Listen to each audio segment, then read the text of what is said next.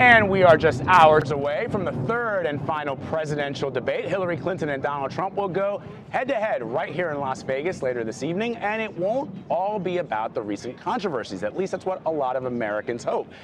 They will make their case on a series of issues, including the Supreme Court, the economy, and immigration. Here with me now is the Director of Hispanic Communication at the Republican National Committee, Helen Aguirre-Ferrer. Thanks so much for being with us. Thanks for inviting me. All right, so this is something that's interesting.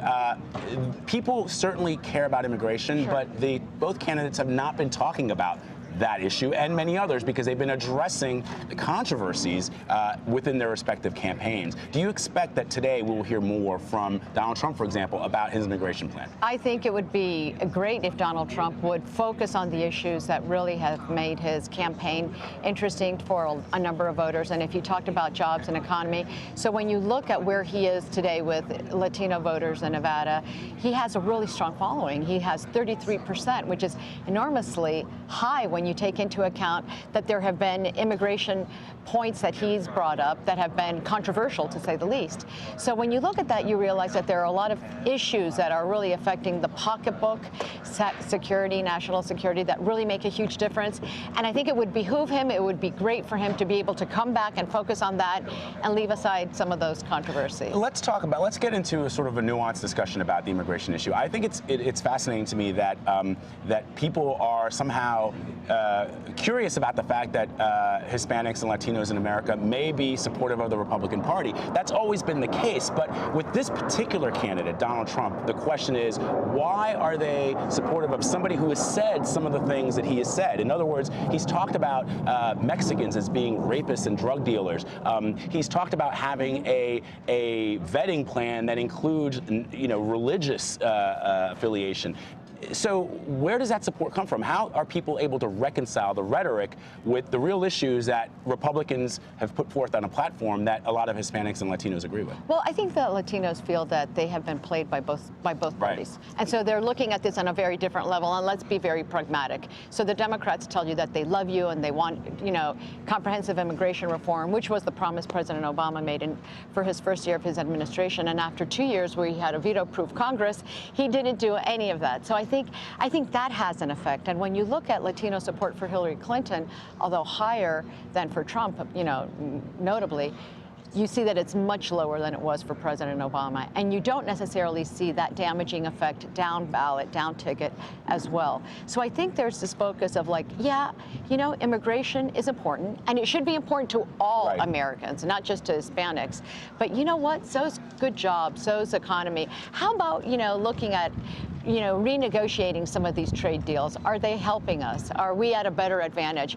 You look at healthcare and the cost of healthcare. You look at, going up 41% in Colorado. You look how it's going up here in Nevada as well. It's huge.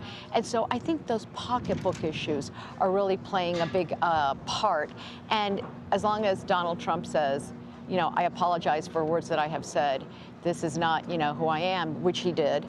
I think, people say, let's talk about the issues, and which is why I'm hoping he really focuses on the issues. And quite frankly, Hillary Clinton, too, because we really don't know where she stands on a number. We don't know what her public side is, because apparently she has a private side and a private voice, too. Now you're referring to some of the WikiLeaks that have come out that have said that she has these two different sides to her. I think a lot of people believe that, a lot of politicians do, but when Donald Trump says that he wants to build a wall, do those Latino supporters of his agree that that's the kind of immigration policy and that Mexico is going to pay for it? Well, when you look at any immigration component, national security component, there's always been some type of physical barrier. In 2007, it was called a fence. Now it's called a wall. And you put it wherever you can. You had, one of those that, that was done through technology. So there's always going to be some component to that. And for Latinos, that's not a big shock or surprise. But that's just a national security, a border security issue. That's not dealing with what to do with visas, what to do with people. We have a system right now where it makes it easier to immigrate illegally than to do it legally.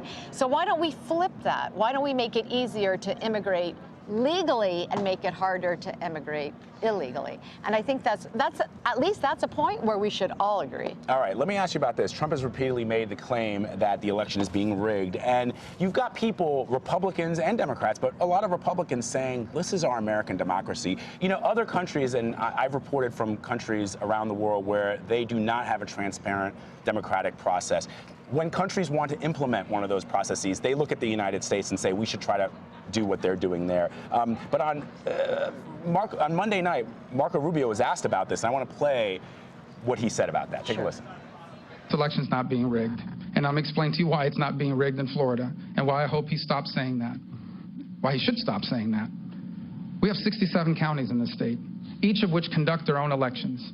I promise you there is not a 67-county conspiracy to rig this election. Second, the governor of the state of Florida is a Republican who appoints the people that run the Division of Elections. Third, there's no evidence behind any of this, and so this should not continue to be said. And do I believe people should have confidence? Yes.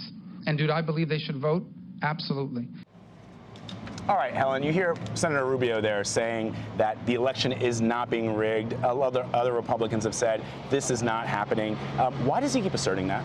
Well, you know, I think that when you look at, you know, the video that shows that, you know,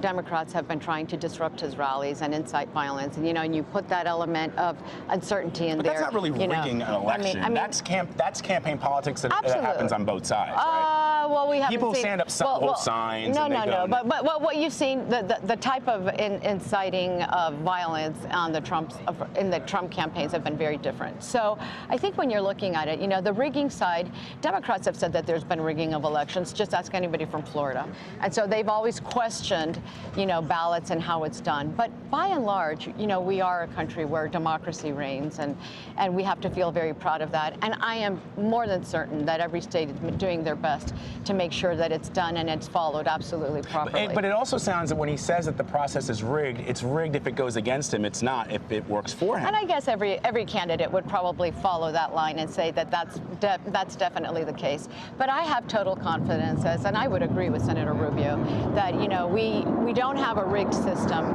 That certainly what you may have is some occasional shenanigans, if you want. But by and large, we have a system that's absolutely clear and pristine, and that we have to always be vigilant to make sure that it stays that way. We don't want to, fall asleep on the wheel, but I don't think that that's an issue of great concern. The concern, I think, for a lot of his supporters is that if he is saying that the system is rigged, then they say, well, we've already lost, and then they don't come out and vote. Is that a concern? I don't know that that's necessarily a concern. I think that his voter base is a base that's going to really be very proactive and definitely inside, and they're definitely going to be getting to the polls.